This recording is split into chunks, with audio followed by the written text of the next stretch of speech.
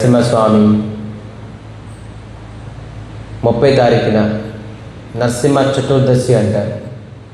ఆ రోజు స్వామి ప్రాకట్యమయ్యారు.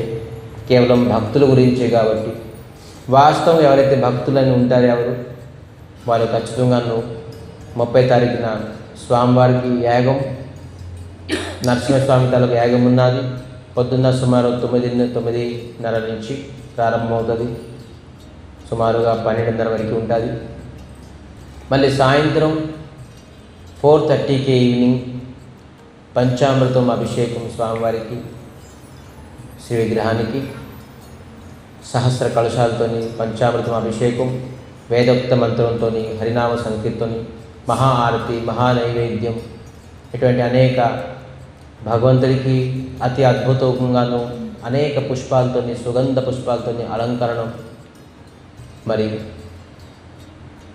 56 రకాల పిండి వంటలతో స్వామివారికి నివేదనం,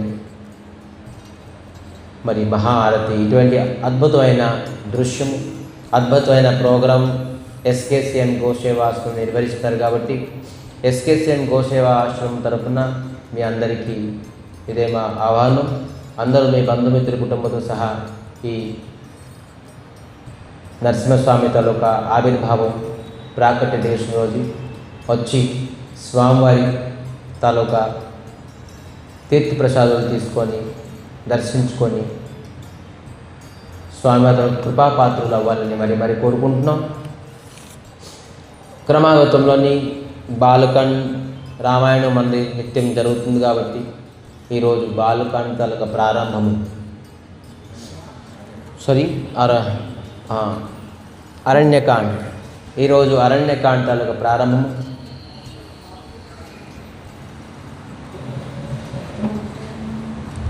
సుమారుగా స్వామివారు రామచంద్రమూర్తి 13 సంవత్సరాలు చిత్రకూట్లో ఉండి అనేక లీలా ప్రదర్శన చేశారు. ఇది రామచంద్రమూర్తి తాలూకా రాసలీలా భూమి. ఎలాగ బృందావనంలోని కృష్ణుడి తాలూకా రాసలీలా భూమి, చిత్రకూట అనేది రామచంద్రమూర్తి సీతారాముల తాలూకా రాసలీలా భూమి. అటువంటి రాసలీలా భూమిలోని రామచంద్రుడు మొట్టమొదటిగాను తాలూకా లీల రామచంద్రమూర్తి అనేక సమయంగా సీతాదేవి అనేక పుష్పాలతో అలంకారం చేసుకునేవారు రామచంద్రమూర్తికి. కానీ సీతాదేవి ప్రసన్నం గురించి రాముడు అనేక పుష్పాలతో సీతాదేవికి అనేక ఆ అడవిలోని సుగంధ పుష్పాలతో అలంకరించారు. అలంకరించిన తర్వాత రామచంద్రమూర్తి సీతాదేవి తాలూకా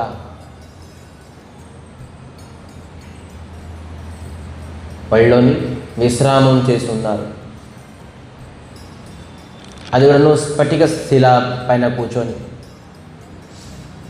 ఈ దృష్టి సురపతి సుతధరి बायस बेसा 68 रघुपति बल देखा जिमी पिपीलिका सागर ताहा महामंदमति पावन चावा राम सिया राम राम सिया राम.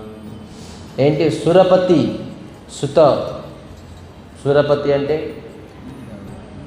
సుర అంటే దేవతలు, పతి అంటే దేవతల తాలూకా రాజు, దేవరాజ్ ఇంద్రుడు. ఇంద్రుడి తాలూకా సుత అంటే కొడుకు. ఇంద్రుడి తాలూకా కొడుకు ఎవరు? జయంతు. ఈ జయంతు పోనీ జయంతి రూపంలో వెళ్ళొచ్చు కదా, ఏ రూపంలో లేదు చెప్తున్నారు ఇక్కడ. బాయస్ బేస, బాయస్ అంటే కాకి, సంస్కృతంలోని బాయస్ అంటే కాకి. బాయస్ బేస, బేస అంటే వేషం వేసుకునేదారట. బాయస్ బేస. ఎవరైతే కాకి అవుదాం అనుకుంటారో, ఎవరైతే వచ్చే జన్మము వాళ్ళు ఏం చేస్తారు? నిందిస్తూనే ఉంటారు.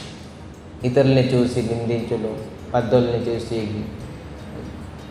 గురువుల్ని, సాధువుల్ని, వైష్ణవుల్ని, తిరిగింటోళ్ళకి, పరుగుంటోళ్ళకి ఏది చేసినా ఎప్పుడు నిందాభావన ఉంటుందో వాళ్ళు వచ్చే జన్మము ఏమవుతారు? మే మే మే మే అని నేను నేను నేను అనుకునే వ్యక్తులు మేక. మరి యుగల కిషోర్ రాధాకృష్ణుని పొందాలని ఎవరికైతే కోరుకుంటారో వాళ్ళు ఏమని చెప్పాలి? హరే కృష్ణ కృష్ణ కృష్ణ హరే హరే, హరే రామ్ రామ్ రామ్ హరే హరే.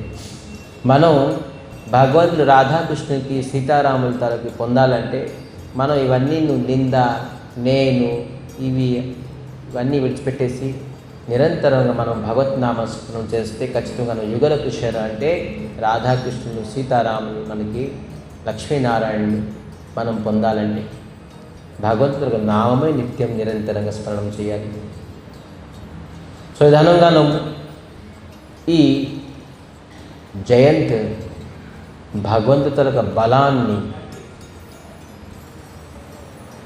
ఒక స్త్రీకి ఆసక్తి అయిన వ్యక్తి, ఇతను మహాపరాక్రమి, ఇంద్రాది దేవతలు కూడాను భయపడే రావణాసుడికి సంహరించగలడ. ఇతను స్త్రీలో రూపం, స్త్రీ పైన ఎంత ఆసక్తి ఉన్నారు.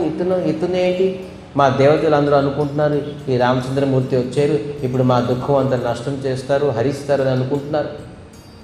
కానీ ఇతను చూస్తే స్త్రీ ఆసక్తిపై ఉన్న పరీక్షిస్తారు. భగవంతుడికి మనం పరీక్షించగలమా? ఎప్పుడైతే ఉద్దేశం ఉన్నది అలాగా ఎప్పుడు కూడా మనం జయం పొందలేము. తన బలాన్ని పరీక్షిస్తాను అని చెప్పేసి జయంతు కాకి రూపంగా వెళ్ళారట. తులసిదాసు రాస్తున్నారు, జే మే పిపిలిక సాగరతాహ మహామందమతి పావన చాహ. ఎలాగైతే ఒక చీమ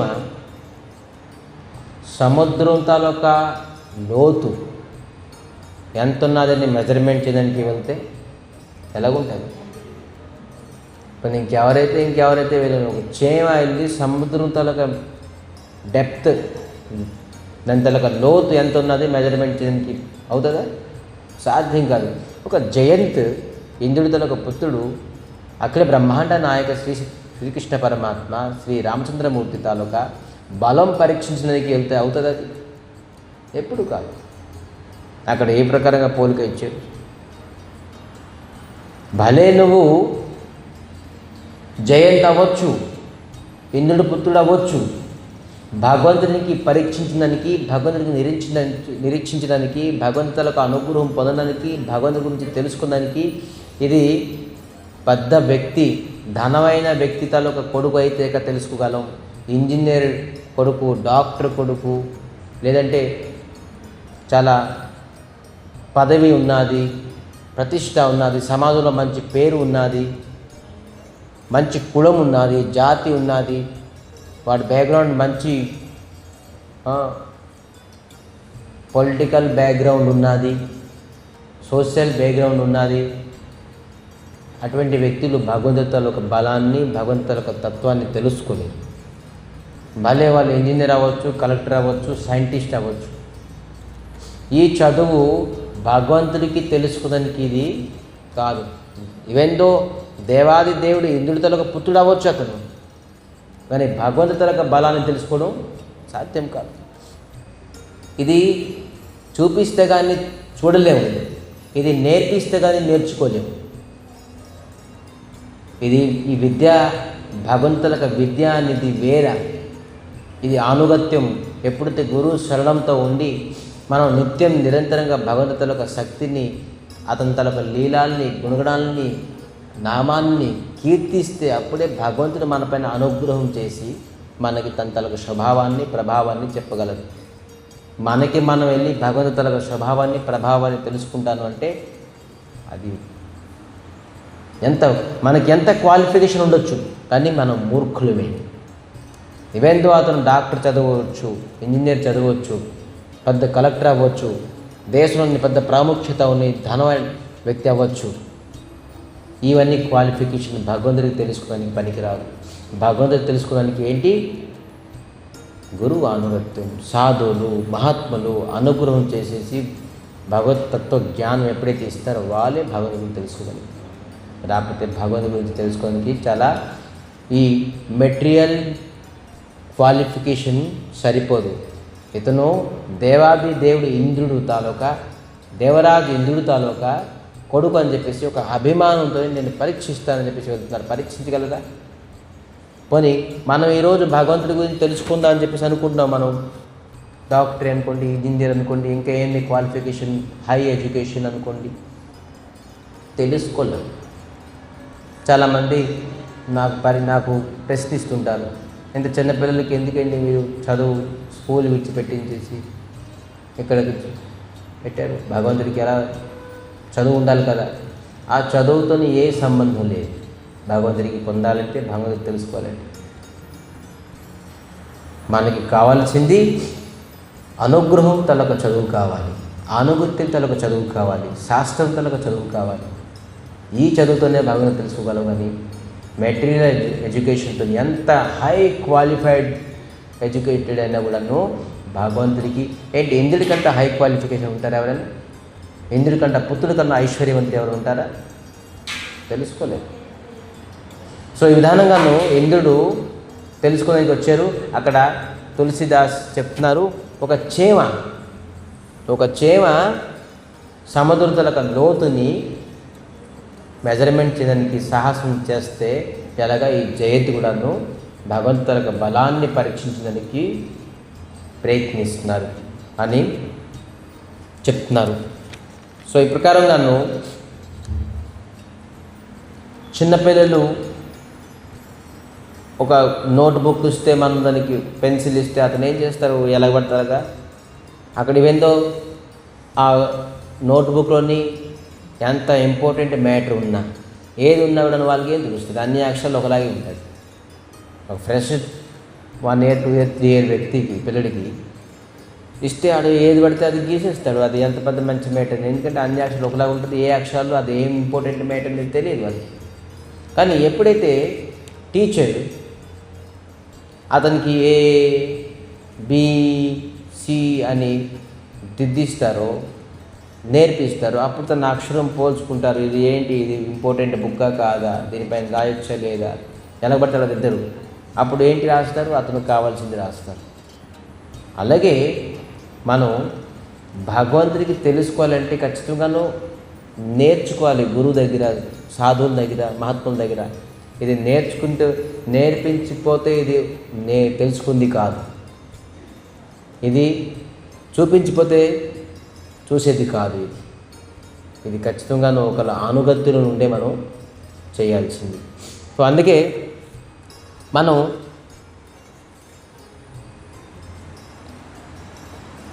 జగత్తలిక తల్లి, జగజ్జనని సీతా ఠాకురాణి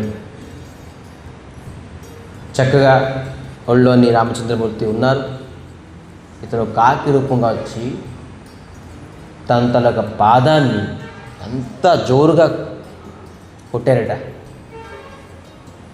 చెప్తున్నారు, సీతాచరణ చోచహతి భాగా మూఢ మందమతి కారణ కాగా చలారుధీర రఘునాయక జానా सीक धनुष सायक संधाना राम सिया राम राम सिया राम.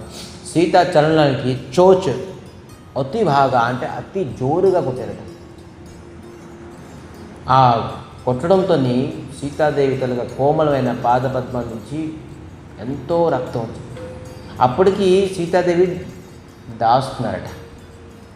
దాస్తున్నారు, మరి ఆ రక్తాన్ని ఆపుతున్నారట. ఎక్కడ రామచంద్ర వారికి వెళ్ళకూడదు అని. దీంట్లో తెలుసుకోవాల్సింది ఏంటి, భక్తి. ఇదే భక్తి. సీతాదేవి ఎవరు? భక్తిదేవి. భక్తి, ఇటువంటి వ్యక్తికి భక్తి ఉన్నదని అనుకుంటాం. మనకి ఎంత కష్టమైనా భగవంతుడి సుఖానికి మనం ఎప్పుడు కూడాను ఆపద రాకూడదు. భగవంతుడి సుఖమే ఎవరైతే ఆలోచిస్తారో, భగవంతుడి సుఖం ఎవరైతే కోరుకుంటారో, తన దుఃఖమైనా పర్వాలేదు, ఎంత కష్టమైనా పర్వాలేదు, భగవంతుడి సుఖాన్ని ఎవరు కోరుకుంటారో అదే భక్తి. భక్తిదేవి స్వయంగా తనకి ఎంత రక్తం వచ్చినా కూడాను భగవంతుడి విశ్రాములు ఉన్నారు, నేను లేపను, రాముడు విశ్రామంలో ఉన్నారు, రాముడు సుఖం పొందుతున్నారు, నాకు బాధ అయినా కూడా లేపలేదు. అది భక్తి.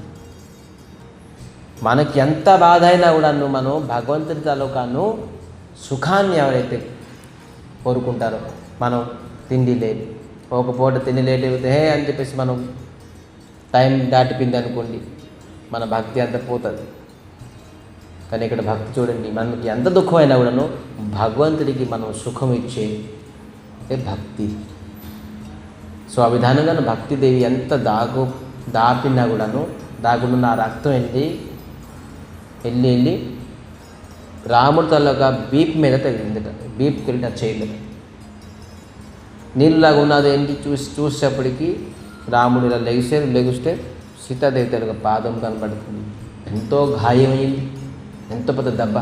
అరే సీతాదేవి, నీకు ఇటువంటి ఘోరమైన పని ఎవరు చేశారు అని అప్పటికి లేదు మీరు విశ్రామం అంటే ఏం లేదు ఇది అని చెప్పేసి అనుకుంటున్నారు. ఇంకా సీతాదేవి చెప్పకున్నారు, నాకు ఇలాగ అయ్యింది, ఇలా కొట్టింది అని చెప్పేసి, ఇలాగ పొడి చేసిందని. ఏమీ లేదు అదే అలాగే తగ్గిపోతుంది మీరు విశ్రామం. కానీ రాముడు తెలుసుకొని చూస్తే ఆ చెట్టు పైన కాకి ఉన్నది, ఆ కాకి నోటి నిండా రక్తం ఉన్నది, మరి పింజరం కూడా రక్తం ఉన్నది. రాముడు తెలుసుకున్నారు. అంటే చూస్తే ఆహా, నువ్వు జయంత్ ఇంద్రుడి తాలూకా పుత్రుడివి, నా బలాన్ని పరీక్షించుకు వచ్చావా, మరి ఇటువంటి దుష్కార్యం చేసావా, నా ధనుర్బాలం తరగ బలం చూపించను, నీకు నా శక్తి నేను చూపించను, నేను ట్రైల్ వేస్తాను, మిథ్యాశక్తి ఒకటి చూపిస్తాను చూడు అని ఎక్కడైతే పడుకుందో దాని తరగ ఒక కుషని తీసి పారాడట. ఇంకా ధనుర్బాలంతో ఒరిజినల్ శక్తి అది చెప్తున్నారు. ప్రేరిత మంత్ర బ్రహ్మ సరధావా చలో భాజి బాయస భయ పావా ధరి నిజ రూప గాయవు పితు పాహి రామ విముఖ రఖతే హి నాహి రామ సియా రామ రామ సియా రామ. ఎప్పుడైతే ఆ గట్టి పోస్టుని తీసుకెళ్ళి మంత్రించి రాముడు ఇసేరో అది ఒక జ్వలంత అగ్నిపిండంలాగా తనకి కాల్చేద్దామని వెంట వెళ్ళిందట. ఈ వెంటనే ఈ కాకి ఏం చేసిందంటే, ఈ జయంత్ అచ్చా నేను తప్పు చేశాను కదా, ఈ కాకి శరీరంలో నేను తప్పు చేశాను కదా, అందుకే నేను మళ్ళీ జయంత్ అయిపోతాను అని జయంత్ అయిపోయాడు. ఒకవేళ ఈ జయంత్ అయిపోతే ఈ అగ్నిపిండం, ఈ బ్రహ్మాస్త్రం నాకు విడిచిపెట్టేస్తుందేమో అని అనుకుంటున్నా. ఏదేం విడిచిపెడుతుంది, అది వెనకాల ఈ బ్రహ్మాస్త్రం తెలియదు ఏంటి, నువ్వు నువ్వు జయంతు అని అంత తెలియకుండా ఉన్నదేంటి. చూడండి, ఇక్కడ ఒక మంచి విషయం తెలుసుకోవాల్సింది. ఈ బాణం ఏం బాణం ఏదైతే విడిచిపెట్టారో ఏం బాణం? రామం బాణం వేయలే, ఇదో కేవలం కుష. బాణం వేస్తే ఇంకా వెంటనే అది ఎవరు రక్షించినది లేదు, కేవలం కుష వేసారు. అందుకే బాణం వేసి తిరిగి అది రాదు, దానికి ఖచ్చితంగాను సంహారం ఉంటుందని చెప్పేసి కేవలం కుష వేసిరారు. ఇది ఏంటి? కర్మ బాణం. మనం ఏ శరీరాన్ని కర్మం చేసిన కూడాను ఈ బాణం మన వెనకాతలు అగ్నిపిండంలాగా తగులుకుంటూ వస్తూనే ఉండాలి. మీరు ఈ శరీరాన్ని పాపం చేసేసారు, వచ్చే జన్మ మళ్ళీ ఒక శరీరం పొందుతారు, మీ కర్మము విడిచిపెట్టేస్తాం అనుకున్నారేమో. కదాచి ఎప్పుడు విడిచిపెట్టదు. మీరు ఎన్ని శరీరాలు మార్చినా కూడాను మీ కర్మము మీకు ఎప్పుడూ విడిచిపెట్టేది లేదు. జయంత్ అనుకున్నాడు, నేను కాకి శరీరాన్ని తప్పు చేశాను కదా, నేను ఇప్పుడు జయంత్ అయిపోతాను, ఈ అస్త్రం వెనకాతలకి వెళ్ళిపోతుంది అనుకుంటున్నాను. లేదు, మీరు కోటి జన్మ ఎత్తినా కూడాను, కోటి శరీరాలను మార్చినా కూడాను మీరు చేసిన కర్మము తాలొక జ్వలంత అగ్నిపిండం మీ వెనకాతల పరిగెట్టి మీకు కాల్చిన వరకు విడిచిపెట్టదు, మీరు అనుభవించిన వరకు విడిచిపెట్టదు. ఇది వెళ్ళి ఏం చేసింది ఈ కాకి? వెళ్ళి ఏం చెప్తున్నారు? ధరి నిజ రూప, మళ్ళీ నిజ రూపం చేసుకొని గయహు పితుపాయ్, తండ్రి ఇంటికి వెళ్ళారట. ఎక్కడైనా దాగున్నా రక్షించుకోవాలంటే ముందు మన ఇంటికి వెళ్ళిపోతాం కదా. ఏదైనా అయితే ఆటకపోయినా ముందు మన ఇంటికి వెళ్తాం. ముందు ఇంద్రుడు వాళ్ళ ఇంటికి వెళ్ళాడు. నానా ఇగో ఏంటి లేదుగా సీతాదేవికి ఇలా పెట్టాను, ఇలా చేశాను అని జయంతి ఎవరికి? ఇంద్రుడి దగ్గరికి వెళ్ళారు. ఇంద్రుడు ఒకటి చెప్పారు, బాబు నువ్వు ఇక్కడ వెళ్ళిపో, ఇక్కడి నుంచి వెళ్ళిపో, నువ్వు ఇంద్రుడి లోకాన్ని కూడా నష్టం చేసేస్తావు నువ్వు ఇక్కడ ఉంటే. ఏ ప్రకారంగా నువ్వు సంకోచనం లేకుండా నువ్వు వాళ్ళ నాన్న తోలేస్తావు. చూడు,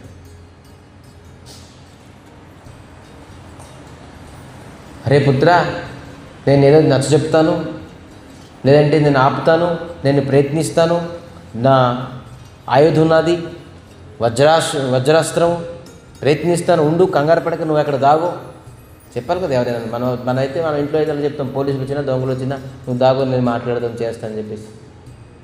అక్కడ చూడండి ఇంద్రుడు ఏం చెప్తాడంటే, నువ్వు ఎక్కడి నుంచి వెళ్ళిపో, రాముడి దగ్గర సీతా దగ్గర నువ్వు అపరాధం చేసేవంటే అది నీకు రక్షించదు. నువ్వు ఇంద్రభవనంతో ఇంద్ర రాజ్యంతో తాను నన్నుతో పాటు ఇది బూడిద చేసేస్తుంది, నువ్వు ఎక్కడి నుంచి వెళ్ళిపో అని చెప్పేసి. తండ్రి కూడా రక్షించలేదు. ఇంట్లోనే తెలుసుకోవాల్సింది ఏంటి?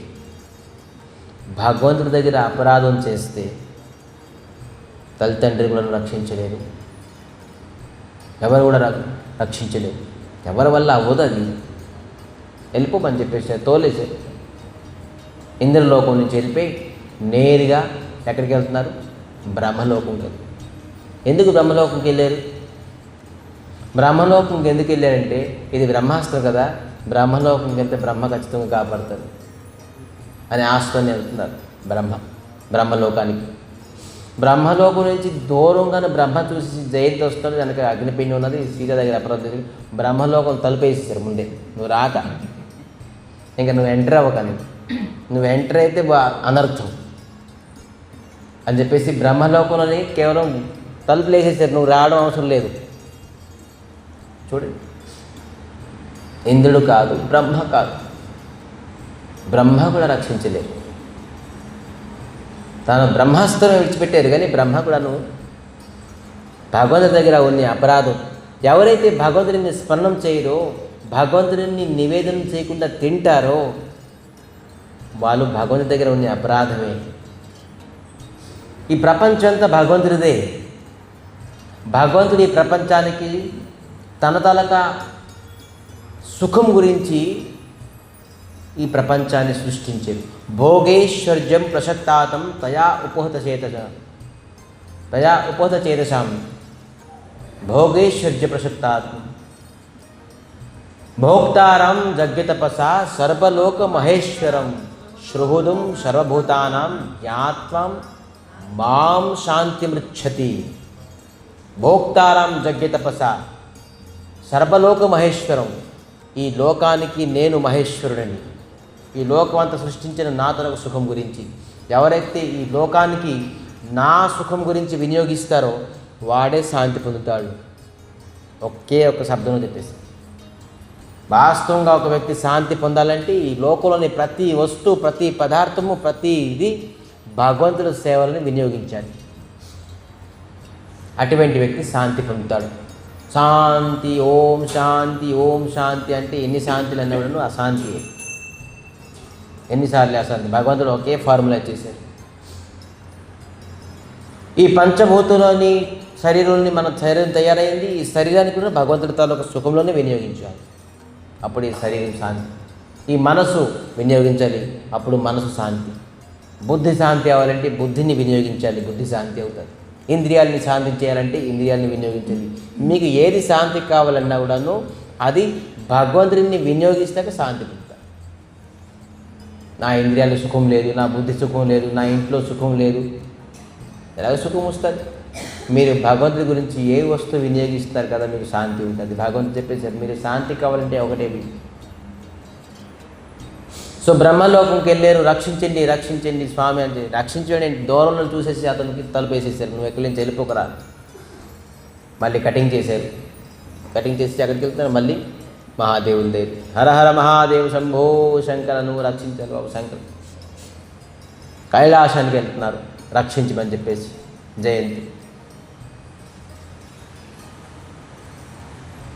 మహాదేవుడు శంకరుడు దా నువ్వు పక్కన చెప్తాను, నీకు బ్రహ్మాస్త్ర తర్వాత కాల్చుతుంది, ముందు నా త్రిశూలంతో నీకు పొడుస్తాను ముందు అని చెప్పేసి, నీకు నా త్రిశూలంతో ముందు వేస్తాను, తర్వాత బ్రహ్మాస్త్రం నీకు ఏం చేస్తుంది. నువ్వు సీతారాముల దగ్గర అపరాధం చేసి నా దగ్గరికి వస్తావా దా. అది చెప్పడంతో నాకు కనడలేదు. చూడండి ఎవరు రక్షిస్తారండి? ఏ బ్రహ్మ కాదు, ఇంద్రుడు కాదు, ఎవరు కూడా ఎవరు రక్షించరు. భగవంతుడు యుగల కిషోర సీతారాం రాధాకృష్ణుని దగ్గర, లక్ష్మీనారాయణ దగ్గర, శ్రీహరి దగ్గర అందరూ ఎవరి దగ్గర బాధ ఉంటే ఇంద్రాది దేవతలందరూ శ్రీహరిని రక్షించమంటారు. ఈరోజు మోహిని ఏకాదశి. ఈ మోహిని దేవి ఎందుకు వచ్చారు? మోహిని ఎవరు? భగవంతుడికి స్వరూపం, భగవంతుడికి అవతారం. దేవతలు అనేక దుఃఖం సంకటంలో ఉన్నారు అని చెప్పేసి వారికి రక్షించడానికి మోహిని అవతారం ఎత్తారు ఈరోజు భగవంతుడు. మరి అటువంటి భగవంతుడి దగ్గర అపరాధం చేస్తే ఏ దేవతలు మీరు రక్షిస్తారు? 33 కోట్ల దేవతలు ఒకవైపు ఉన్నా కూడా ఎవ్వరు కూడా రక్షించలేరు ఎవరైతే భగవంతుడి దగ్గర అపరాధం చేస్తారు. మహాదేవులు ఈ ప్రకారంగాను వ్యతిరేకం చేయడంతో అక్కడ ఆ జోలికి వెళ్ళలేదు. ఇంకా ఇందులో మళ్ళీ పరిగెట్టి వెళ్తున్నారు. నాగలోకం, సిద్ధలోకం, ఏ లోకానికి వెళ్ళినా ఎక్కడ ఉంటుంది? ఏ లోకం మొత్తం అందరు తలుపులు క్లోజ్. నువ్వు ఎంత పెద్ద ఇంద్రుడు పుత్రుడు అయినా, డాక్టర్ పుత్రుడు అయినా, కలెక్టర్ అయినా కూడా నువ్వు నీ కర్మానికి నువ్వే బాధ్యత. మనం వెళ్ళి నేను డాక్టర్ గడ కొడుకునండి, లేకపోతే ఇంజనీర్ అబ్బాయినండి, లేకపోతే పలానా ఎమ్మెల్యే తలకు అబ్బాయిని, లేకపోతే ఎంపీ తలకు అని చెప్పేసి మనం ఇక్కడికి వస్తాం, గుడికి చూపిస్తామండి. అన్నీ నరకానికి వెళ్ళినప్పుడు నేను డాక్టర్ గడ కొడుకునండి, లేకపోతే ఇంజనీర్ కొడుకునండి నాకు విడిచిపెట్టేవాడు, నీ వెనకట్ల కర్మబాణం వస్తుంది నీకు అగ్నిలాగా కాల్చేదానికి. నరకంకి వెళ్ళినప్పుడు డాక్టర్ ఇంజనీర్ అని పాస్పోర్ట్ చూపిస్తే అవుతుంది ఏంటి? ఎక్కడ మన కర్మకి మనమే బాధ్యతలు. ఈ ప్రకారంగా నువ్వు ఏ లోకానికి వెళ్ళినా కూడా తను అవ్వకుండా ఉంది. అయితే భగవంతుడి దగ్గర అపరాధం చేసినప్పుడు మనం ఎలా తెలుసుకుంటాం? ఇప్పుడు తను కావాలని చేసేది ఇంద్రుడు జయంతి. మనం భగవంతుడిని అపరాధం చేసేది ఎలా తెలుస్తుంది? ఎలా తెలుస్తుంది? మనం చేసేవా లేదని మనకు ఎలా తెలుస్తుంది? మనం కూడా భగవంతుడి దగ్గర బోల్డ్ అపరాధం చేసి ఉంటున్నాం కదా. అంటే భగవంతుడి దగ్గర అపరాధం చేస్తే నాలుగే నాలుగు వస్తువులు మన దగ్గర ఉంటుందట. ఏంటి? ఒకటి శ్రమ. చూడండి జయంతి శ్రమ పరిగెడుతున్నాడు, ఈ లోకానికి ఆ లోకానికి రక్షించింది శ్రమ పడుతున్నాడు. మనం ఈ గుళ్ళకి ఆ గుళ్ళకి, ఈ గోపురాలకి, ఇక్కడికి, ఈ బాబాల దగ్గరికి, వాళ్ళ దగ్గరికి, వీళ్ళ దగ్గరికి శ్రమే కేవలం. ఎక్కడ పరిగెట్టింది ఖచ్చితంగా నీ కర్మము నీ వెనకాతలు వస్తూనే ఉన్నది. నీకు రక్షించిన వారు ఎవరు లేరు. మీరు బహుశా ఎన్ని లోకాలకు వెళ్ళండి, ఎన్ని దేవతల దగ్గరికి వెళ్ళండి, ఎన్ని గుడి గోపురాలకు వెళ్ళండి, ఎక్కడ శాంతి ఉండదు. ఈ తీర్థయాత్ర కాదు, కేదార్ కాదు, బద్రీనాథ్ కాదు, ఇంట్లో శాంతి లేదంటే నేను ద్వారకాకి వెళ్తానంటే ఏంటి అవుతుంది? ఇంట్లో శాంతి లేదు, నేను హరిద్వార్కి వెళ్తాను, ఏమవుతుంది హరిద్వార్కి వెళ్తే? మీది బంగారం పోయింది ఇంట్లోని, మీరు హరిద్వార్కి వెళ్తే అది దొరుకుతుంది వస్తుంది. మీకు అశాంతి ఇంట్లోని, మీ సుఖం పోయింది ఇంట్లోని, మీరు నెలుక్కోవాల్సింది ఇంట్లోనే సుఖం. మీరు హరిద్వార్కి వెళ్ళిపోతే ఏం సుఖం వచ్చి వస్తుంది? అది ఇప్పుడు అవును. అయితే ఇక్కడ ఎక్కడ అపరాధం అయింది? అక్కడికి వెళ్తే కానీ సొల్యూషన్ అవుతుంది. కానీ దీన్ని ఏం చేస్తారు? ఇక్కడికి అక్కడికి మనం తిరుగుతున్నాం. మన కర్మం ఎటువంటిది? ఆ కర్మంకి ఎటువంటి కర్మం, మనం ఎక్కడ కర్మం చేస్తాం, ఎక్కడ మనకు వెళ్తే మన కర్మ దోషం అంత నష్టం అవుతుందని చెప్పేసి మనం తెలుసుకోవాలి కదా. భగవంతుడి దగ్గర అపరాధం చేసాం కాబట్టి మనం ఎంత అశాంతి పొందుతున్నాం, ఇక్కడికి అక్కడికి తిరుగుతున్నాం. అదే భగవంతుడి దగ్గర శరణం కోరుకుంటే తిరుగుతున్నారు ఇక్కడికి, ఈ మనం ఈ గుడికి, ఆ గోపురాలకి, ఈ బాబాల దగ్గరికి, ఈ తాయెత్తులు, ఈ విభూది, ఈ నిమ్మకాయలు, ఈ తాబేజులు అనేక వస్తువులు కట్టుకుని ఎక్కడ మీద పోతుంది? ఎక్కడికి వెళ్ళారు? ఇంద్రాది దేవతలు కూడాను రక్షించలేపారు భగవంతుడి దగ్గర అపరాధం చేస్తే. ఈ బాబాలు ఇంకా ఈ తాబేజులు, ఈ మంత్రాలు, తంత్రాలు ఏమి రక్షిస్తుంది? ఏమి రక్షించదు. ఒకటి ఏంటి? శ్రమ. ఈ తిరుగు కేవలం శ్రమ తప్ప ఏ ప్రకారంగా ప్రయోజనం అనేది లేదు. రెండోది వ్యాకులం. వ్యాకులం అంటే ఏంటి తెలుసా? కంగారు. వ్యాకులానికి ఏమంటారు తెలుగులో? కంగారు. తను చూసారా, భయంతో కంగారుతోని పరిగెడుతున్నారు. చాలా కంగారు పడి, ఒకటితో శ్రమ, ఇంకోటి కంగారు పడుతున్నారు. ఎక్కడ నాకు ఇది కాల్చేస్తుందేమని. మనం భగవంతుడి దగ్గర అపరాధం చేస్తే మన జీవితం అంతా కంగారు ఉంటుంది. ఏమవుతుందేమో, నా జీవితం ఏమవుతుందేమో, వ్యాపారం ఏమవుతుందేమో, సంసారం ఏమవుతుందేమో, నా పిల్లలు ఏమవుతారేమో, నా కుటుంబం ఏమవుతుందేమో. ఇటువంటి ప్రకారంగా ఏంటి? కంగారు. చూసి చాలామంది సంసారంలో అందరు కంగారు పడుతూ ఉంటారు, శ్రమ పడుతుంటారు. ఇక్కడికి అక్కడ పరిగెట్టి జాతకాలు చూపిస్తారు, స్టోన్లు వేసుకుంటారు, తాబేజీలు పట్టుకుని బోల్డ్ శ్రమ. ఆ శ్రమతో పాటు కంగారు. ఏమవుతుందేమో, రేపు ఏమవుతుందేమో మా పిల్లలకి, మా ఒంట్లోని మా ఆస్తి, మా బిజినెస్, మా వ్యాపారం, ఇవన్నీ కంగారు. ఒకటి శ్రమ, రెండోది కంగారు, మూడోది భయం. భయపడుతూనే ఉంటారు నిరంతరంగా. జయంతికి భయం చూసారా, కాల్చేస్తున్న భయం, కంగారు, మరి శ్రమ పడుతున్నారు. 3. ఇంకోటి 4వది శోకం. శోకం అంటే ఏంటి? దుఃఖం. ఇటుపక్క దుఃఖము, ఇటుపక్క భయము, ఇటుపక్క కంగారు, ఇటుపక్క ఈ 4 ఎవరి దగ్గర ఉన్నది? ప్రతి వ్యక్తి దగ్గర ఉంది. అంటే ఏంటి దాని అర్థం? భగవంతుడి దగ్గర వాళ్ళు అపరాధం చేస్తారు. మనకు వ్యాకులత మన వస్తుందంటే మనం అనుకోవాలి, నేను స్వామి దగ్గర అపరాధం చేసి ఉంటానేమో, స్వామిని శరణం కోరుకోవాలి అని మనస్థితి రావాలి.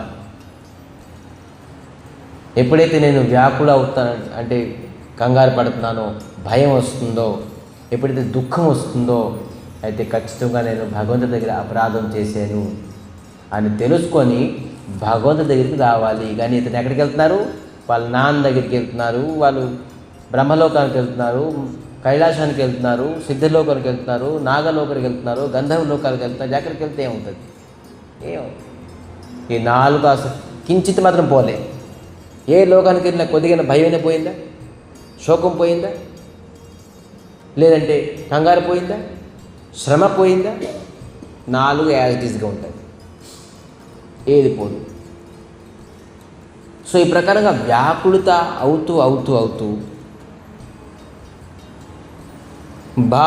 నిరాశో ఉపజీవన త్రాస యథా చక్ర భయ ఋషి దుర్వాస బ్రహ్మధామ శివపుర సబలోకా హేరా శ్రమిత వ్యాకుల భయ శోక. వ్యాకులం, భయము, శోకముతోని విధానంగాను పడి ఉన్నారు, వెళ్తున్నారు, పరిగెడుతున్నారు. ఎక్కడ లేదు, ఉండడానికి లేదు. మొత్తం కాహూ బైఠన కహానా ఓహి రాఖీ కో సకోయి రామ కర ద్రోహి. ఎక్కడ కూర్చోడానికి కూడా లేదు, విశ్రామం లేదు. కొద్దిసేపు నీళ్ళు తాగుదాం, కొద్దిసేపు కూర్చుందాం బాబు, ఏంటిది విశ్రామం. రామద్రోహికి ఎవరు కూడాను శరణం ఎవరు? భగవద్రోహికి ఎవరు కూడాను అతనికి శరణం ఎవరు? దరిదాపులు కూడా రానికి ఎవరు? బ్రహ్మతో ఏకం తలుపేసేసారు. పో, మహాదేవులతో పట్టుకొని ఉన్నారా, నువ్వు ముందు చెప్తాను నీకు అని చెప్పేసి, నీ పని చెప్తాను, తర్వాత బ్రహ్మాస్త్రం చెప్తుంది, నేనే ముందు చెప్తాను. నా ఆరాధ్య సీతారాముల దగ్గర నువ్వు అపరాధం చేసావు. ఇప్పుడు మాతు మృత్యు పితు సమాన సుధా హోయి విశ్వసును హరిజానా. ఎప్పుడైతే దుర్భాష ఋషి అని చెప్తున్నారు, దుర్భాష ఋషి కూడా అమరీష్ మహారాజ్ దగ్గర అపరాధం చేయడంతో, అది పెద్ద స్టోరీ తర్వాత మనం చెప్పుకుందాం, అక్కడికి వెళ్ళకూడదు. ఈరోజు సమాప్తి చెప్పేసాలి ఇంద్రుడి తలగదు.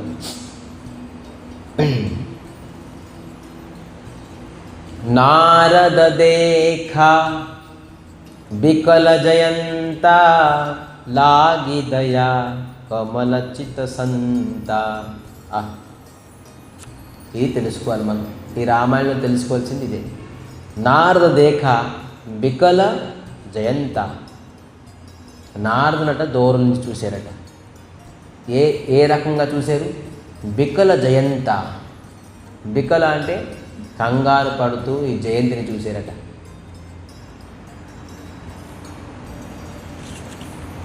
లాగి దయా కమల చిత సంత. దయ కలిగిందట. సాధులు హృదయం మహా దయామైనది, దయామైనది. సాధువులు మహాత్ముల తాలూకా హృదయము మహాదయ, దయా కలిగినవి మహాత్ముల తాలూకా హృదయం. ఎవ్వరూ రక్షించలేదు కానీ చూశారట నారదుడు. చూసి పఠావాత్ తురతో राम पाहिताहि ताहि कहे श्री पुकारी प्रणत हित पाहि.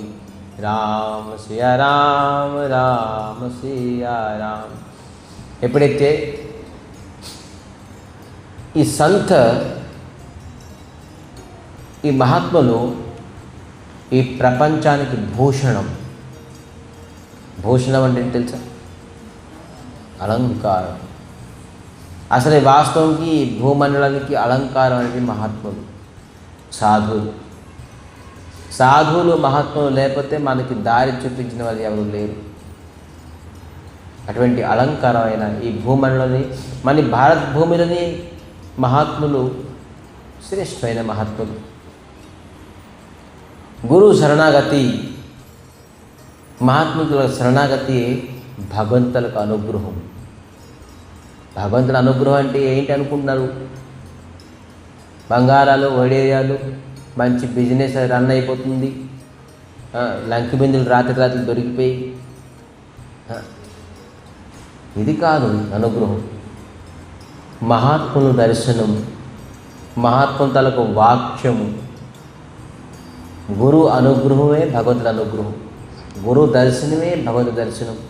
గురు కృపే భగవంతుడి కృప. గురువు తాలూకా దగ్గర అవ్వడమే భగవంతుడికి దగ్గర అవ్వడం. దగ్గర అయిపోయి వైకుంఠంలోకి వెళ్ళిపోతారండి ఈ సమయంలో. గురువు దగ్గర మనం ఈరోజు ఉన్నామంటే భగవంతుడి దగ్గర మనం ఉన్నాం. గురువు వాక్యాలే పెద్ద అనుగ్రహమైన వాక్యాలు.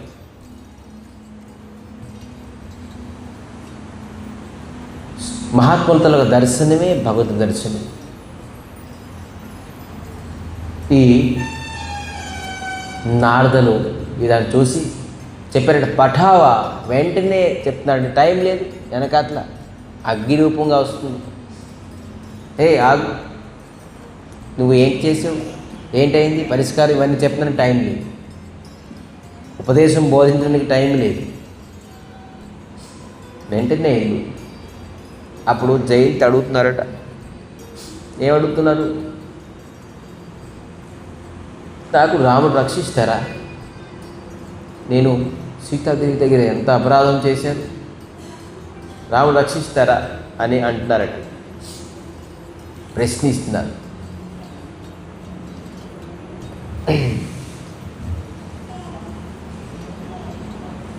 నారదులు అంటున్నారు, ఇది తెలుసుకోవాలి విషయం. ఇది మహాత్ములు సినిమాతోని ఈ రామాయణం తెలుసుకోలేము, సీరియల్లోని ఈ విషయం తెలుసుకోలేము. జయంతికి అంటున్నారంటే నాకు రక్షిస్తారా? నారదులు అన్నారట, నువ్వు బ్రహ్మాస్త్రం నుంచి నీకు ఇంకా సంహరించలేదు. దీని అర్థం అంటే ఏంటి? నువ్వు బ్రహ్మాస్త్రం కంటే స్పీడ్ పరిగెడుస్తున్నావు అనుకుంటున్నావా? నీకు ఇప్పటికీ బ్రహ్మాస్త్రం కాల్చలేదు అంటే దాని అర్థం ఏంటి? నువ్వు బ్రహ్మాస్త్రం కంటే స్పీడ్గా వెళ్ళి నువ్వు పరిగెట్టగలవా? తలుచుకుంటే బ్రహ్మాస్త్రం నీకు ఒక క్షణంలో నీకు కాల్చేస్తుంది. ఎందుకు కాల్చుకుందంటే ఇప్పటికొచ్చి సీతాదేవి నువ్వు చేసిన పనికి అపరాధం అని అనుకోలేదు. చూడండి, సీతాదేవి అనుకోలేదట అపరాధం, అందుకే ఇప్పటికొచ్చి బ్రహ్మాస్త్రం తనకి కాల్చుకుంటుంది. కాకపోతే ఏ లోకానికి వెంటనే ఎంతసేపు ఏంటి ఈ లోకానికి పరిగెట్టడానికి ఛాన్స్ మీకే లేదు. బ్రహ్మాస్త్రం భగవంతుడు ఇచ్చిన మంత్రించి చేసిన విడిచిపెట్టేది విదిన్ సెకండ్స్లోనే భస్మం అయిపోవాలి. ఈ లోకానికి వెళ్ళి ఆ లోకానికి వెళ్ళి సమయం ఏంటి ఎక్కడ ఉందని నువ్వు అనుకుంటున్నావా? ఎంతసేపు వరకు నువ్వు పరిగెడుతున్నావు, నీ బలం చూపిస్తున్నావు. ఇంకా నువ్వు బ్రహ్మాస్త్రం తలుచుకుంటే విదిన్ సెకండ్లో నువ్వు కాల్చేస్తావు. కానీ సీతాదేవి దగ్గర నువ్వు ఏదైతే అపరాధం చేసావో సీతాదేవిది అపరాధం అని అనుకుంటున్నారు. అందుకే ఎంతసేపు వరకు నీకు ఈ బ్రహ్మాస్త్రం కాల్చుకుంటున్నారు. ఏం చేయాలి? నేను ఏ ముఖంతో వెళ్ళాలి భగవంతుడి దగ్గరికి? చెప్పు. ఒకటే, ఎందుకు వచ్చావు అని అడిగితే,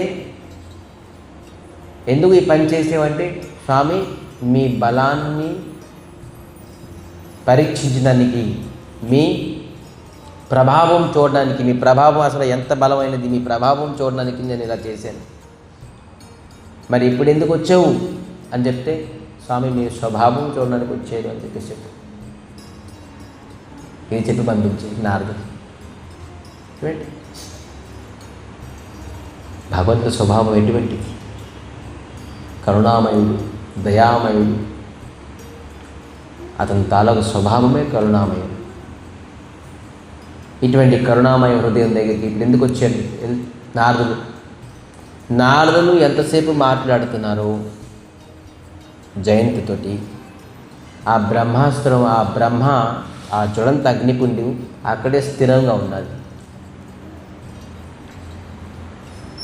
ఇంద్రుడి దగ్గరికి వెళ్ళినా కూడా ఎంటాడుతుంది, బ్రహ్మ దగ్గరికి వెళ్ళినా ఎంటాడుతుంది, మళ్ళీ శివుడి దగ్గరికి వెళ్ళినా ఎంటాడుతుంది. కానీ ఎప్పుడైతే నారదుల దగ్గర మాట్లాడుతున్నారో ఆ బ్రహ్మాస్త్రం, ఆ అగ్నిపిండం అలాగ ఉన్నదంటే కాన్స్టెంట్గా.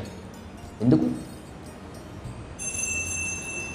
దీని తలుగా మీనింగ్ ఏంటి?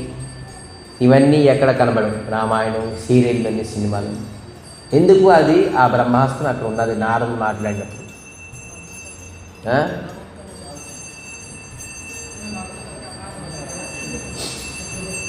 ఎప్పుడైతే మనం సత్సంగంలో ఉంటామో, మహత్పురుషుల తాలూకు దగ్గర ఉంటామో, మన కర్మము కూడాను మనకు ప్రభావం చూపించలేదు. ఆగుతుంది ఎక్కడ? బాబు ఇతను మహాత్ముల దగ్గర ఉన్నారు, సత్సంగంలో ఉన్నారు. సత్సంగం విడిచిపెట్టి మళ్ళీ జోడేసుకుని వెళ్తే మళ్ళీ మన కర్మ మనకి. గుడి మెట్లు దాటేసి మళ్ళీ జోడేసుకుని మన బండి మీద స్టార్ట్ చేస్తే మన కర్మ మన ఎంత స్టార్ట్ అయిపోతుంది. కానీ సత్సంగంలో ఉన్న వరకు మన సేఫ్ జోన్, మనకి ఏ కర్మ కూడా మనకి ఏం చేయదు. ఇదే మహాత్ముల తాలూకా తెలుసుకోవాల్సి. మరి సత్సంగంలోని ఉండి జయంతి తెలుసుకున్నాడు. తన ఆ అగ్నిపిండం, ఆ బ్రహ్మాస్త్రం నాకు నుంచి నేను రక్షించుకోవాలి అలాగా అని తెలుసుకున్నాడుగా. బాబు నువ్వు అక్కడికి తిరుగుతున్నావేంటి? నువ్వు ఎవరి దగ్గర అపరాధం చేసావు? దేనివల్ల నీకు గతి వచ్చింది? లేదు, సీతాదేవి దగ్గర అపరాధం చేసావు, రాముడి దగ్గర అపరాధం చేసావు. అయితే నువ్వు అక్కడికే వెళ్ళు, నేరుగా అక్కడికి వెళ్తే నీ పరిష్కారం ఉంటుంది అని దారి చూపి. ఎప్పుడు తెలిసింది? ఎవరైనా చెప్పారా? తండ్రి చెప్పారా? బ్రహ్మ చెప్పారా? మహాదేవుడు చెప్పారా? సిద్ధలోకం, గంధర్వలోకం, ఏ లోకం చెప్పలేదు. నువ్వు బాబు ఇలా చేసేవి, నువ్వు అక్కడికి వెళ్ళి చెప్పేసి ఎవరు చెప్పారు? మహాత్ములు చెప్తారు, గురువు చెప్తారు. నీ కర్మము ఎలాగ నాశించుకోవాలి, నువ్వు కర్మఫలాల నుంచి ఎలాగ దాటగలవు, అనేక జన్మలకు ప్రారంభ కర్మం నువ్వు ఎలా నశించగలవు అని మహాత్ములు చెప్తారు. ఏ లోకానికి వెళ్ళి ఎవరి కూడా నువ్వు చెప్పలేదు. చూడండి, తలుపులు వేసేసారు, అక్కడి నుంచి తోలేసారు. కానీ మహాత్ములు చూసి వారికి పిలిచి చెప్పారు, బాబు నువ్వు ఇటువంటి కర్మం చేస్తావు, ఈ కర్మానికి ప్రతిరోధం చేస్తావు, చూడు నీకు మార్గం చూపించు. అందుకే సత్సంగంలో కూర్చున్న వారికి మనకి ఏ ప్రకారంగా కర్మం వెంటాడదు. రెండోది ఆ కర్మం కూడా నశించే చేసినంత మార్గాన్ని ఇస్తారు మహాత్ములు. ఇది సత్సంగుల స్వభావం. ఊరికి ఎందుకేంటి గంట సేపు కూర్చుంటాం ఎక్కడ ఇల్లు వచ్చేసి, ఇప్పుడే ఉద్యోగం చేసి వచ్చాం, ఇప్పుడే వ్యాపారం చేసుకొని వచ్చాం, ఇప్పుడే పొలం నుంచి వచ్చాం, ఇక్కడికి వచ్చావు గంట సేపు గంటన్నర అయిపోతుంది. రావడం అరగంట, వెళ్ళడం అరగంట, గంట సేపు కూర్చొని 2 గంటలు అయిపోతుంది. 2 గంటల్లోని మీరు రోజంతా కష్టపడినా మీ కర్మము ఈ జయంతి ఎంత తిరిగినా కూడా తన కర్మఫలాన్ని నాశనం చేసుకోలేకపోతుంది. ఎంత చేసినా మీ కర్మం ఫలం మీ అంతా పరిగెడుతుంది. కానీ ఎప్పుడైతే మహాత్ముల తరగతి సాంగత్యం అయ్యిందో, సత్సంగం అయ్యిందో, మీకు ప్రతిరోధమైన ఈ కర్మఫలానికి ప్రతిరోధం ఎలా చేసుకోవాలనేది మీకు మార్గం చూపిస్తారు.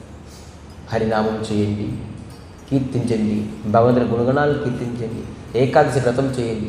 ఏకాదశి వ్రతం చేయడం వల్ల మేరు అంత పర్వతమైన పాపాలని మీరు భస్మం చేసేసగలరు. కేవలం ఒక్క ఏకాదశి. మేరు పర్వతం అంటే అతి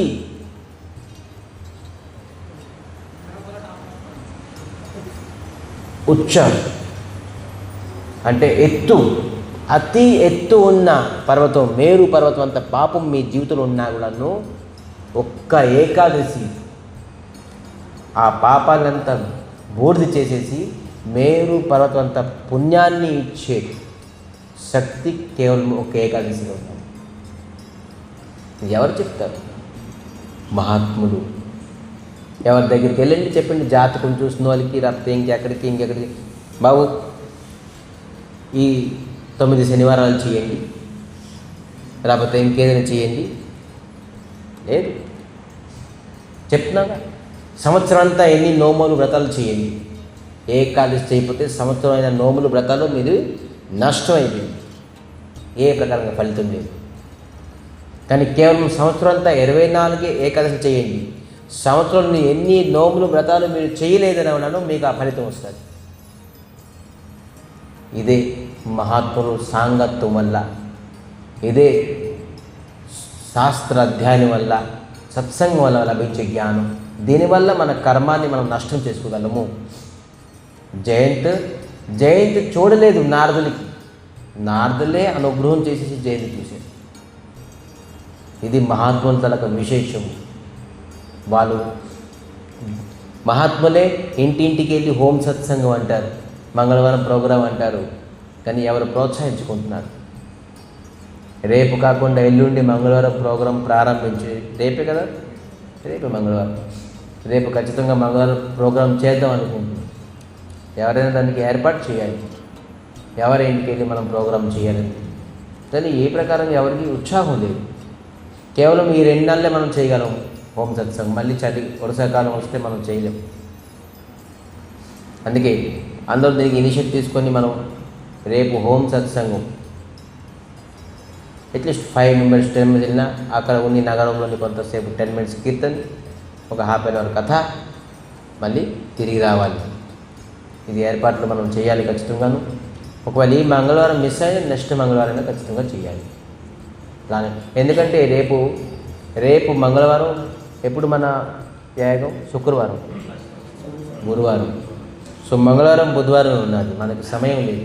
రేపు రామచరితమానస్ని స్టాప్ చేసి నరసింహస్వామి కన్నా చెప్పుకోవాలి. రేపు ఎల్లుండి 2 రోజులు. ఎందుకంటే నరసింహస్వామి మహిమ తెలిస్తే కానీ ఆ రోజు మనకి కొద్దిగా బూస్ట్ రాదు. కొద్దిగా నరసింహస్వామి చేయాలి. ఆ రోజు ఎవరు బ్యాంక్కి వెళ్ళకుండాను, పొలాలకు వెళ్ళకుండాను, ఉద్యోగం వెళ్ళకుండాను ఖచ్చితంగా వస్తారు. లేకపోతే ఆ రోజు పిలిస్తే లేదండి లీవ్ ఎవరు, లీవ్ దొరకపోయింది. కానీ వింటే పోతే పోయింది, ఏమవుతుంది లీవ్ పెట్టేద్దాం. అందుకే 2 రోజుల ముందు బూస్ట్ ఇవ్వాలి, ఎనర్జీ ఇవ్వాలి నరసింహస్వామి గురించి. సో రేపు ఎల్లుండి నరసింహస్వామి గురించి కథ అతి అద్భుతం. స్వామి వచ్చేది ఎందుకు? మనకి కాపాడడానికి వచ్చేది. ఆ అవతారం కేవలం మనకి రక్షించడానికే. సో అటువంటి అవతారం తనకు విశేషత్వాన్ని మనం రేపు ఎల్లుండి తెలుసుకొని, ఆ రోజు అవదు. థర్స్డే యాగం మార్నింగ్, ఈవినింగ్ అభిషేకం. సో ఆ రోజు కథ అనేది అవదు. ఉపవాసం వ్రతం అనేక బిజీ షెడ్యూల్ ఆ రోజు అంతాను. అందుకే ముందు 2 రోజులు మనం నరసింహస్వామి గురించి కథ తెలుసుకుందాం. అందరూ ధ్యానపూర్వకంగా రావాలి, వినాలి. సో ఈ ప్రకారంగా జయంతి వెళ్ళి ఎక్కడికి వెళ్ళారు? రామచంద్రమూర్తి దగ్గరికి వెళ్ళి నేరుగా వెళ్ళి చెప్తున్నారు, అతురిత సభయో గోహేసి పద జాయి త్రాహి త్రాహి దయాలు రఘురాయి అతులిత బల అతులిత ప్రభుతాయి మే మంద మంద జాని నాహి పాయి రామ సియా రామ రామ సియా రామ. నా అతులిత సభయో గోహేసి పద జాయి, అతని పాదాలని పట్టుకున్నారట. త్రాహి త్రాహి దయాలు రఘురాయి, పాహి మాం రక్షించండి. 2 చేతులు జోడించేసి 2 చేతులు లేపేసి స్వామి రక్షించండి అని చాలు, భగవంతుడు మనం చేసిన పాపాలని క్షమించేస్తారు. మనం 2 చేతులు లేపేసి మనం చెప్పలేకపోతున్నాం, స్వామి నన్ను రక్షించండి అని చెప్పేసి 2 చేతులు మనం ఏడుస్తూ, కంగారు పడుతూ, బాధపడుతూ, శోకం పడుతూ, నాకు బిల్డింగ్లు కావాలి, ఉద్యోగం కావాలి, భార్య కావాలి, పిల్లలు కావాలి, ఉద్యోగం కావాలని అడుగుతున్నావు, కానీ స్వామి నన్ను రక్షించండి అని 2 చేతులు చెప్తున్నాం. ఇవన్నీ డైలాగ్స్ చెప్తున్నాం, కానీ మెయిన్ డైలాగ్ ఏముంది? స్వామి నాకు రక్షించండి. ఆ రక్షణలోనే మీకు భార్య, పిల్లలు, అన్నదమ్ములు, అక్కచెళ్ళు, ఉద్యోగం, సద్యోగం, భార్య, పిల్లలు అన్నీ దొరికిపోతాయి. కానీ అది చెప్పకుండాను మనం ఇవన్నీ అడుగుతున్నాం. మీరు ఎన్ని అడగండి, మీకు రక్షించరు. ఎప్పుడైతే మనం 2 చేతులు లేపేసి స్వామి రక్షించండి, స్వామి మీ అనుగ్రహం కావాలి, మీ కృప కావాలి, అన్యథా శరణం నాస్తి త్వమేవ శరణం మమ తస్మాత్ కారుణ్య భావేన రక్ష రక్ష జనార్దన. ఏ జనార్దన, ఖచ్చితంగా మమ్మల్ని రక్షించండి స్వామి. ఓహ్, భగవంతుడిని 1,000,000 జన్మలకు పాపాన్ని నష్టం చేసేస్తారు, అనంత జన్మలకు పాపం నష్టం చేసేస్తారు. కానీ మనం చెప్పడానికి మనకు నోరు రాకుంటుంది. ఆ నోరు ఎప్పుడు వస్తుంది? మహాత్మం తలకు సత్సంగం ఏంటి? ఎప్పుడైనా మనం ప్రణామం చేసినప్పుడు ఏం చెప్తున్నాం? భగవంతుడికి ప్రణామ మంత్రం తెలుసా మనకి? ఎన్ని రోజుల నుంచి మనం మఠంకి వస్తున్నాం చెప్పండి. ఇవాటికి సంవత్సరం నుంచి మనం మఠానికి వస్తున్నాం. భగవంతుడికి ఏ మంత్రంతోనే ప్రణామం చేయాలి చెప్పండి? ఇదే మనం నేర్చుకుంటే సత్సంగం. చెప్పాలి, హే కృష్ణ కరుణా సింధు దీనబంధు జగత్పతే గోపేశ గోపికా కాంత రాధాకాంత నమస్తుతే అని చెప్పేసి ఎప్పుడైతే చెప్తాం భగవంతుడు చాలా ప్రసన్నం.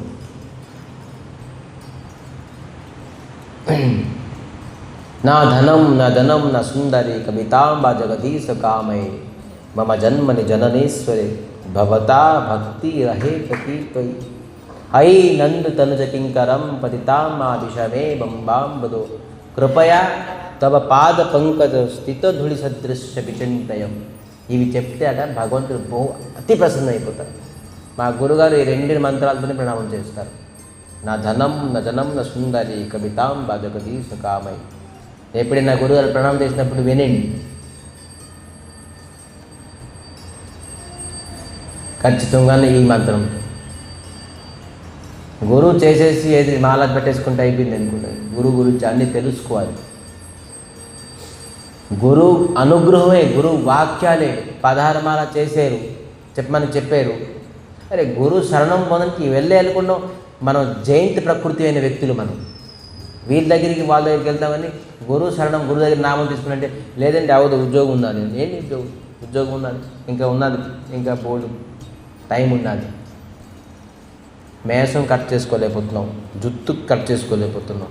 ఎప్పుడైతే మీ అనంత జన్మల కర్మము మీ వెనకాట్ల వస్తుందో అగ్నిపిండ రూపంగా కాల్చుతారు.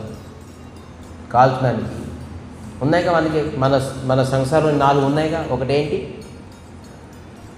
వ్యాకులం, కంగారు. ఇంకోటి శ్రమ, శోకము. ఇంకోటి భయం. ఈ 4 ఉన్నాయి. ఎప్పుడైతే జయంతి ఏం చేశారు? నారదులు చెప్పిన వాక్యాలకి అక్షరాలు వెళ్ళి పాటించి పడిపోయారు. త్రాహి అను, నీకు రక్షిస్తారు. నువ్వు ఇప్పటివరకు నువ్వు ప్రభావం చూస్తావని అనుకుంటున్నావు, ఇప్పుడు అతని స్వభావం చూడు. నువ్వు కాలు మీద పడిపోతే ఎంత పెద్ద పాపం చేసినా నీకు క్షమించేస్తారు. మనం భగవంతుడి తాలూకా గురువు తాలూకా భగవంతుడి నీ గురించి వస్తారేంటి? వైకుంఠం నుంచి గురువు రూపంలో వస్తారు, సద్గురు రూపంలో వస్తారు. వైకుంఠం నుంచి, సాకేత్ నుంచి, గోలోకం నుంచి భగవంతుడు దిగిజారు. భగవంతుడు గురువుని పంపిస్తారు. గురువు is the mercy representative of Krishna. Representative. నువ్వు మన గురువు శరణం కోరుకోవడానికి ఏంటి, నీకు నేరుగా భగవంతుడు వస్తారేంటి, రాధాకృష్ణుడు బాబు నువ్వు నా శరణం కోరుకోవాలి.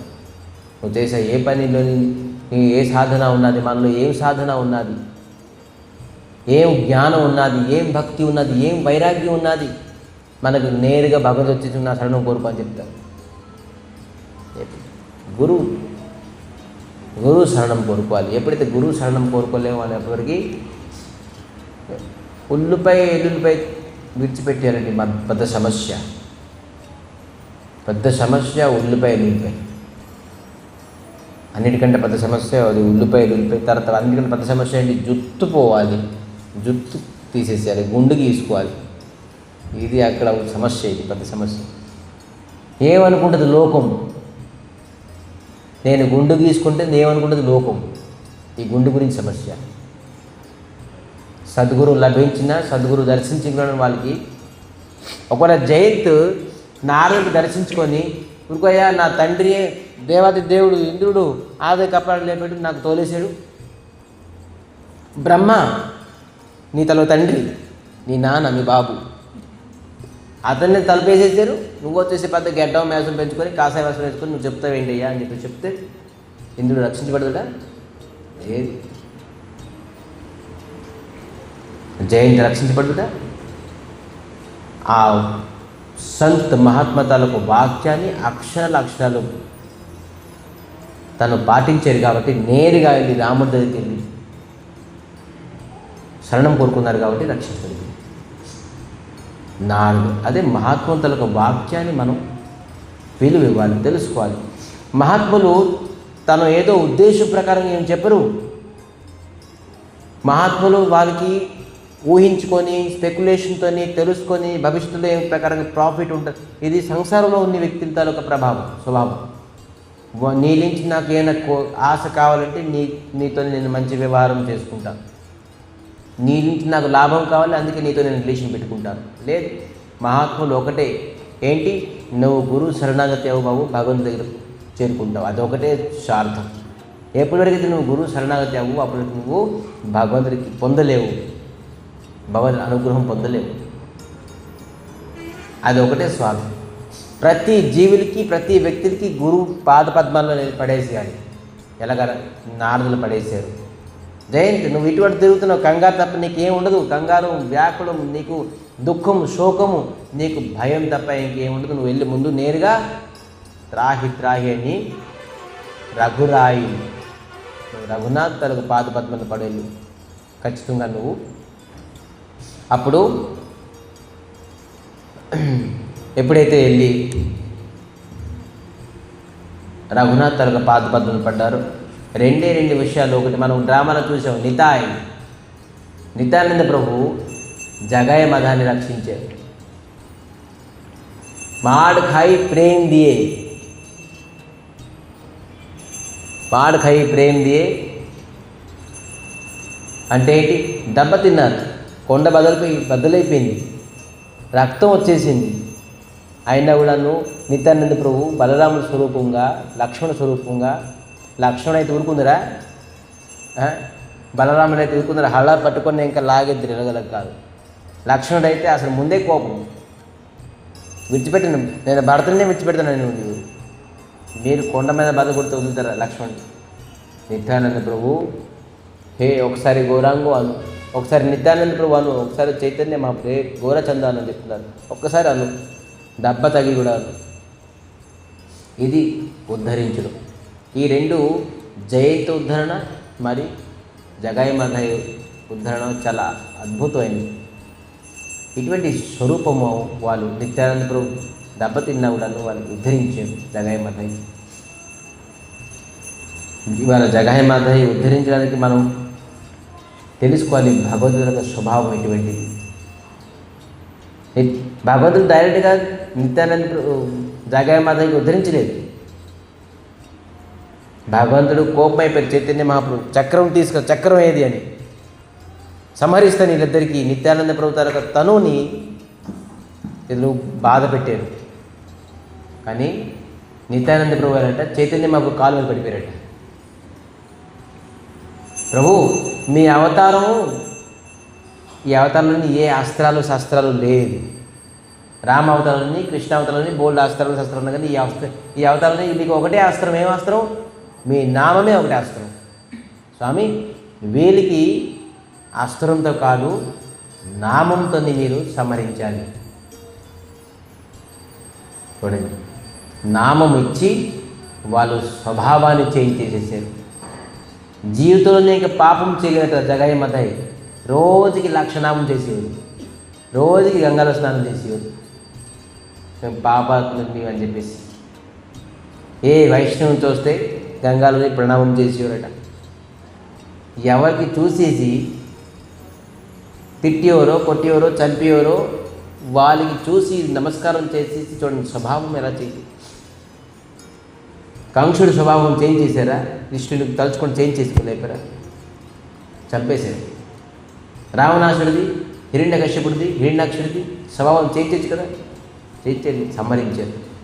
కానీ నిత్యానంద ప్రభు చైతన్య మహాప్రభు రూపంలో వచ్చేసి జగాయి మగాయి పాతకులు, పాపాత్ములు చేయిపోయిన ఘోరం, అన్యాయం, అత్యాచారం లేపింది లేదు.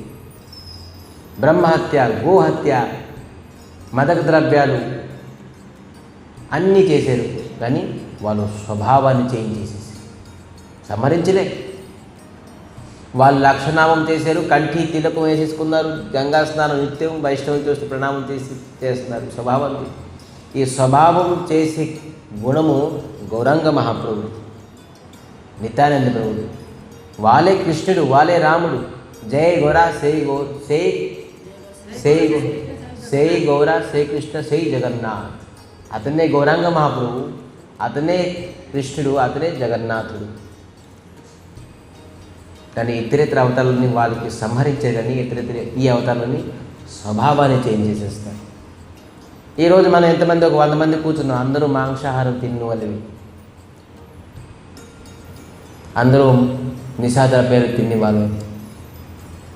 కొంతమంది కూల్ డ్రింక్ అనుకోండి, కూల్ డ్రింక్ కూడా నిషాద్రవ్యమే అనుకుంటారు, ఎనర్జీ డ్రింక్ అంటున్నారు. అన్నీ చూడండి ఆల్కహాల్ అని రాసి ఉంటుంది. ఎంత పర్సంటేజ్ పిల్లలకి చాలామంది కూల్ డ్రింక్ అది తాగమని చెప్పి చెప్తున్నారు. ఆ కూల్ డ్రింక్ అలవాటు చేసి రేపొద్దున ఆల్కహాల్ తాగుతారు. కూల్ డ్రింక్లో ఏముంటుంది, ఎంత పర్సంటేజ్ ఆల్కహాల్ అని చెప్పేసి రాసి ఉన్నారు చూడండి. అందుకే వైష్ణవులు ఎవరో కూల్ డ్రింక్ తాగే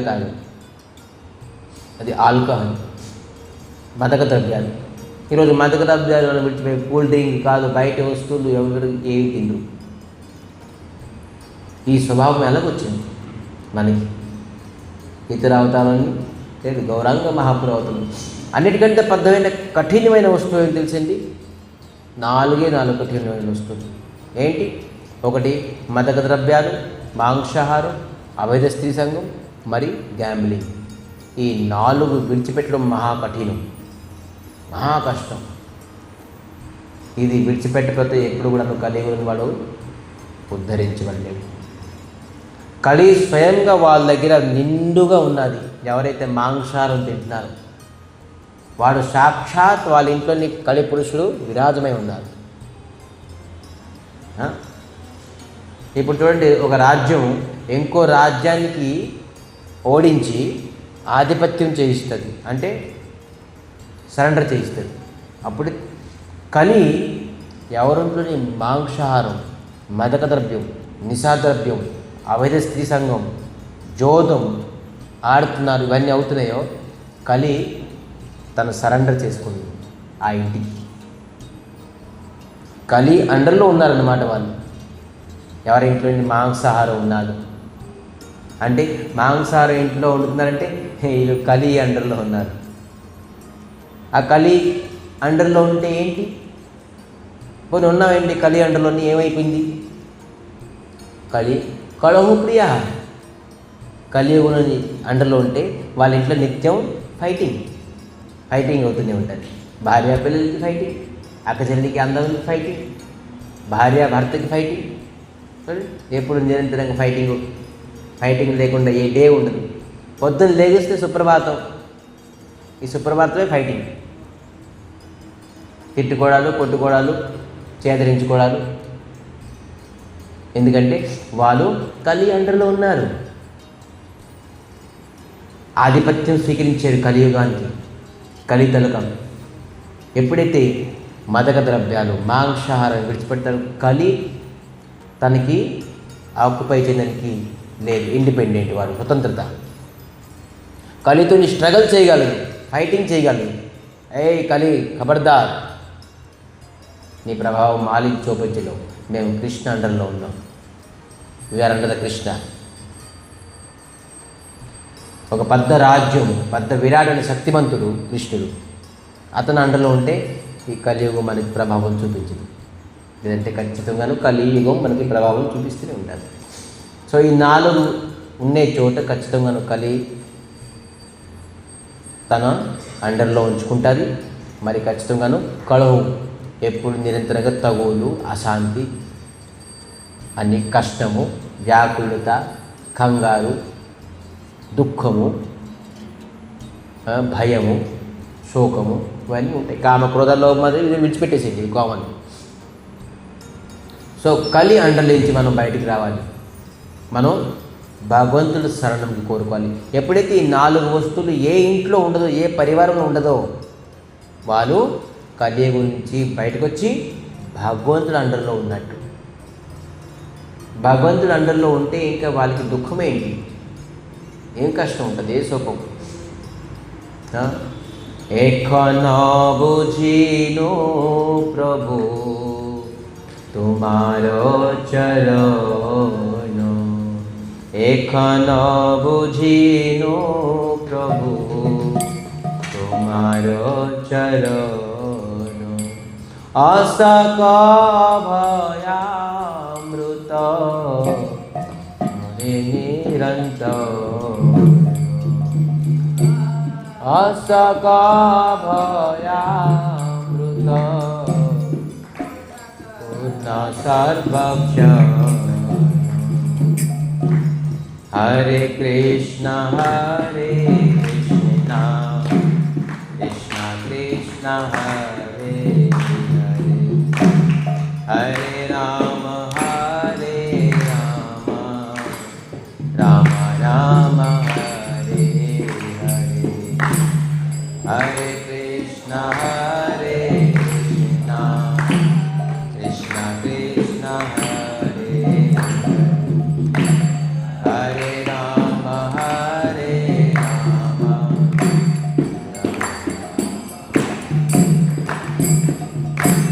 हरे कृष्ण कृष्ण कृष्ण हरे हरे, हरे राम राम राम हरे हरे,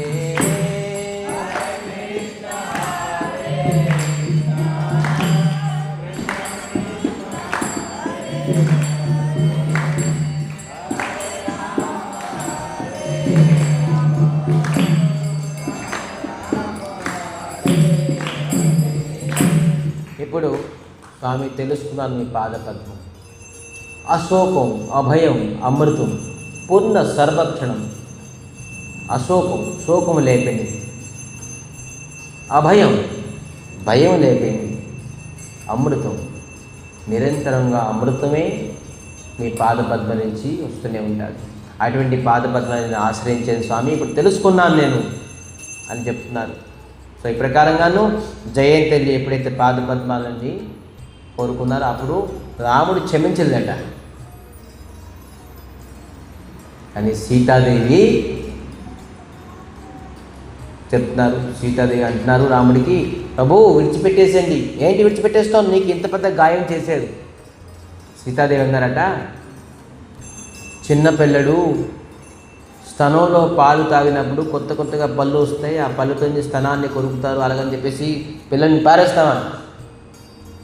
అమ్మ పళ్ళు వచ్చి కొరుకుతున్నాడు అని చెప్పేసి భక్తితో మళ్ళీ స్నేహం ఎక్కువై పాలు ఇంకా ఎక్కువ తాగిస్తారు.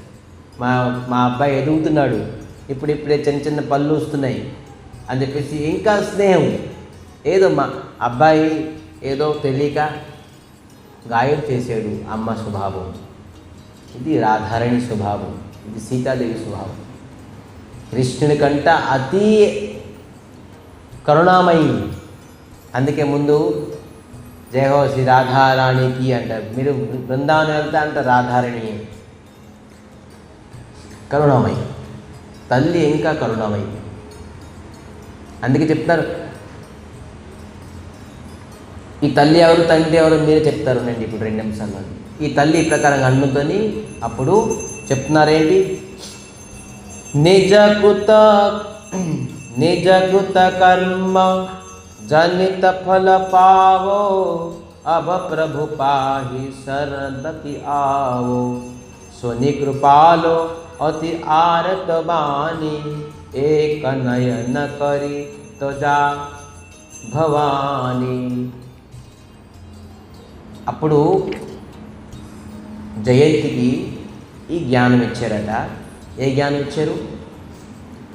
ఏక నయనో కరి. ఏక నయన కరి అంటే ఏంటి? సీత రాముడు వేరే కాదు, మేమిద్దరం ఒకటే. నువ్వు ఏదైతే అనుకుంటున్నావో నేను సీతాదేవికి శృంగారం చేశాను, నేను కామాన్ని, నేను ఒక స్త్రీని వామోహం అయిపోయిన స్త్రీ ఆసక్తి అనుకున్నావు, లేదు. సీత నేను 2 ఒకటే. రాధాకృష్ణ 2 జుగలమూర్తి, ఒకటే విగ్రహం, ఒకటే శరీరం, ఒకటే మనసు. వీళ్ళు వేరే కాదు, పరమాత్మ. ఈ భగవంతుడు సీత రాముడు వేరే కాదు, ఒకటే శరీరం అని జ్ఞానం ఇచ్చారట. స్వామి నేను తెలుసుకోలేకపోయాను, మీరు మామూలు స్త్రీ అనుకున్నాను, ఈ స్త్రీ పైన మీరు వామోహం పడ్డారు, జ్ఞానం కూడా ఇచ్చారు సీతాదేవి అనుగ్రహంతో. అయితే ఎవరు సీత, ఎవరు రాముడు? పితాహమస్యో జగతో మాతా ధాత పితామహో వేద్యం ఓంకార వృక్షాం నిజరేవచ. నేనే తండ్రిని, నేనే తల్లిని, ఈ జగత్తులో నేనే అంత, తల్లిదండ్రులని నేనే అని చెప్తున్నారు భగవంతుడు. సో తల్లి ఏంటి, తండ్రి ఏంటి, సీత ఏంటి, రాముడే. సీతాదేవి ఇలాగ కరుణించడంతో రాముడు అతనికి జ్ఞానం ఇచ్చారట. మేమిద్దరం వేరే కాదు, మేమిద్దరం ఒకటే స్వరూపము. సో విధానంగాను ఈరోజు జయంతి తాలూక ఏదైతే ఆచరణంతో భగవంతుడు క్షమించి ఉచితంగా జ్ఞానం ఇచ్చి పంపించారు. ఈ విధానంగాను రేపు మనం ఖచ్చితంగా ఇంకా రేపుతో అవదు, నరసింహస్వామి జయంతి అయిన తర్వాత మళ్ళీ రామచంద్రమానస్ వెళ్దాం. రేపు కొంత నరసింహస్వామి తాలూకు గ్లోరిఫికేషన్ మనం తెలుసుకుందాం. నరసింహస్వామి ఏంటి? నరసింహస్వామి ఒక చిన్న ఎగ్జాంపుల్ చెప్పేసి మనం కథ నిర్మాణం చేద్దాం. ఎగ్జాంపుల్ అంటే ఏంటి తెలుసా? నరసింహస్వామి ఎప్పుడైతే ప్రాకట్యమయ్యారో ప్రహ్లాద్ పక్కన వచ్చారు, అడుగుతున్నారు నన్ను క్షమించి ప్రహ్లాద్ అని. ఏమంటున్నారు? భగవంతుడు అక్కడ బ్రహ్మాండ నాయక ఉగ్ర రూపం. ఎవరి రూపం చూస్తే బ్రహ్మాది ఇంద్రాది దేవతలందరూ భయపడుతున్నారు పక్కన వెళ్ళడానికి. కానీ భగవంతుడు ఆ గర్జనంతో ఇంద్రాది దేవతలందరూ చెవులు మూసుకుంటున్నారు, భరించలేకపోతున్నావు ఈ గర్జనం అని. కానీ ప్రహ్లాద్ దగ్గరికి వచ్చేసి భగవంతుడు క్షమించి ప్రహ్లాద అని అంటున్నారు. ఎందుకు స్వామి మీరు నాకు క్షమించి అడుగుతున్నారు? నేను రావడం చాలా లేట్ అయ్యింది, నీకు మీ నాన్న ఎంత హింస చేశారు, మీకు కాల్చారు, విషం కల్పించారు, అందుకే నేను రావడం లేట్ అయ్యింది, నన్ను క్షమించు అన్నారు. భగవంతుడు స్వభావంతుడు. ఇటువంటి భగవంతుడు మీరు అనుకున్నారు ఉగ్ర రూపం అని, కోపం అనుకొని, లేదు, మహాశాంతి స్వరూపం. శాంతాకారం భుజగశయనం సురేశం. ఇతను శాంత అవతారం. ఎవరైతే భక్తుల గురించి అతను శాంతి. హరే కృష్ణ. సో ఇక్కడ మనం కథని ఇక్కడ విరామం చేస్తూ మనం రేపు ఈ కథాన్ని ప్రారంభిద్దాం. హరే కృష్ణ.